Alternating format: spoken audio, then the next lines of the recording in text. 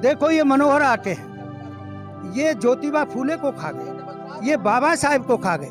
मैं इनसे कह रहा हूँ कि भाई मुझे अपना काम कर लेने दो, नहीं तो दुश्मन लोग मुझे मार देंगे। कि साहब का प्रोग्राम रोपड़ पे लगा है और फादर का देहांत हो गया है।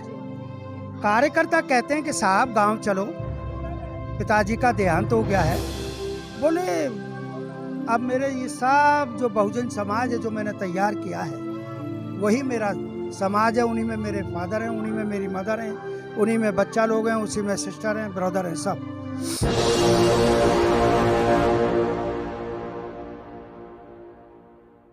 किसी भी धर्म, किसी भी क्षेत्र, किसी भी जाति भाषा की बात करूं, बहुजन समाज पार्टी एक ऐसा घर है जो बहुत बड़ा घर है और यहाँ पर हर किसी के लिए जगह है। मेरे साथ में मान्यवर जी है। सर, जानना चाहूँगी आज यहाँ पर जिस तरह से लोग आए हैं और कहीं ना कहीं हम देखते हैं कि जिस तरह से परिनिर्वाण दिवस हो या साहब मान्यवर काशीराम जी की जयंती हो, उस दिन हमें बहुत ज़्यादा संख्या में लोग दिखाई देते हैं, लेकिन जब काम या धरातल या चुनाव की बारी आती है तो उस समय कहीं ना कहीं निराशा हाथ लगती है। ऐसा क्यों?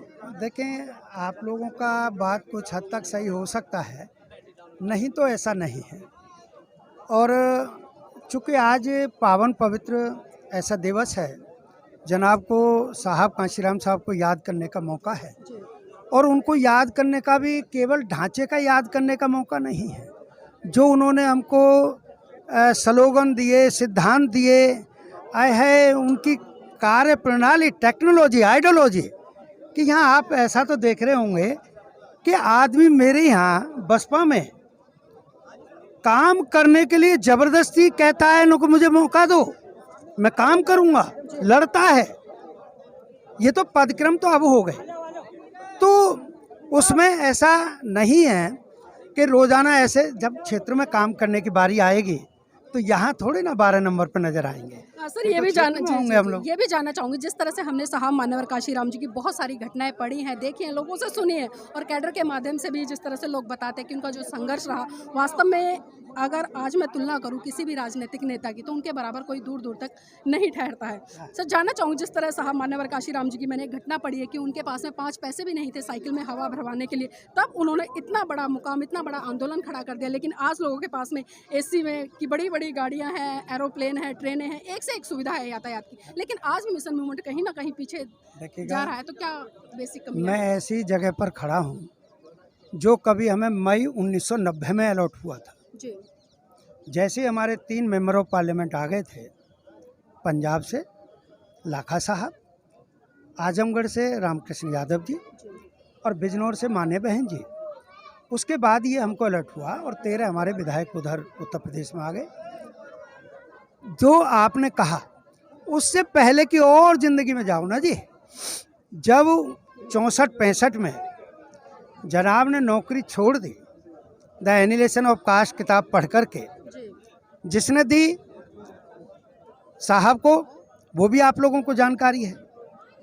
तो उस किताब को पढ़ने के बाद साहब ने नौकरी छोड़ने का फैसला कर लिया, शादी न करने का फैसला कर लिया, माँ बापों को चिट्ठी लिख दी कि मैं लौट करके नहीं आऊँगा।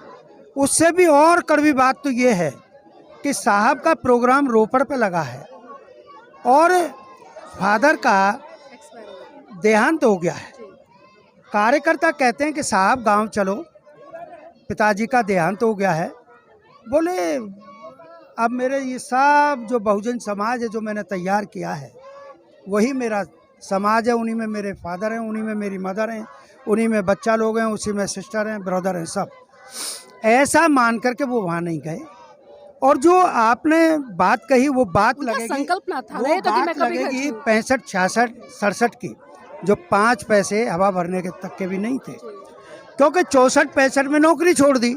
नौकरी छोड़ने के बाद पैसा तो कुछ है नहीं और उस दौरान समाज जागृत था नहीं, जिसको समझाते थे वही हंसी करता था। और किसी पढ़े लिखे की समझ में आ गई तो वो भी ऐसे थोड़ी ना हो गया, इतना बड़ा ये बाम से पैसे थोड़ी ना बन गया। जो छात्रावास थे, मैं एक शख्स का नाम नहीं लेना चाहूँगा ऐसे मौके पर, जब मैं साहब के परिनिर्वाण दिवस के मौके पर हूँ, कि जो देहातों में अंबेडकर छात्रावास और दूसरे नाम पर भी छात्रावास थे, उनमें जो हमारे समाज के, बहुजन समाज के, और उसमें खासकर SC ST के बच्चे लोग जो रहते थे, पढ़ते थे, उन तक गए साहब। उनके माध्यम से उनके माँ बाप तक गए। तो जो सरकार की नौकरियों में थे उन लोगों ने साहब की बात को समझा और उन्होंने साहब को साथ देना शुरू किया। ये वास्तव में बात सही है, लेकिन उन्होंने अपने में इतना धैर्य रखा, उन्होंने अपनी कोई इच्छा नहीं रखी, उन्होंने अपनी कोई चाहत नहीं बताई, न रखी अपने अंदर चाहत।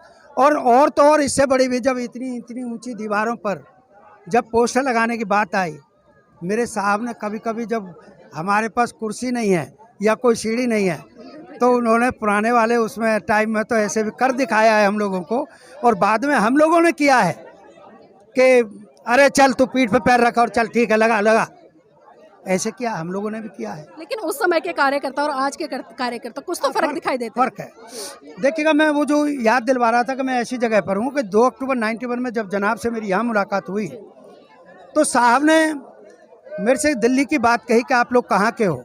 मैंने कहा जनाब मैं यूपी का हूँ। तो फिर यहाँ क्या कर रहे हो, यूपी जाओ। मैंने कहा साहब यहाँ नौकरी भी है बैंक की, कि तो फिर नौकरी करो। मैं ना साहब, बैंक की नौकरी है ठीक है, हर आदमी का कोई जूनियर है कोई सीनियर है, सीनियर को मान सम्मान देते हैं, जूनियर को प्यार मोहब्बत देते हैं, नौकरी बढ़िया है, कोई हमें टोकता नहीं और आपके सिद्धांतों पर चल रहे हैं। कि तो फिर ये दिल्ली का हाल। मैंने कहा साहब बात सुनो, दिल्ली में हर प्रांत का, हर मजहब का, हर जाति का, हर तबके का तेज चालाक और फितना किस्म का आदमी रहता है। तो जितने तेज चालाक फितना किस्म के लोग थे वो दिल्ली में रहते हैं, तो वो अपनी चालाकी का डिमोन्स्ट्रेशन ज़्यादा करते हैं, हमारी आपकी बात को अभी तरजीह कम दे रहे हैं। नहीं तो देखो मुझे ही उन्होंने ऐसा कह दिया। मनोहर आटे बैठे थे, यही मनोहर आटे बैठे थे, लाखा साहब बैठे थे। तो लाखा साहब से कहा अच्छा भाई लाखा तुम चलो। तो फिर मेरे से कहे कि जो वो आए देखो ये मनोहर आटे हैं, तो मुझे कुछ शर्मिंदगी सी महसूस हुई।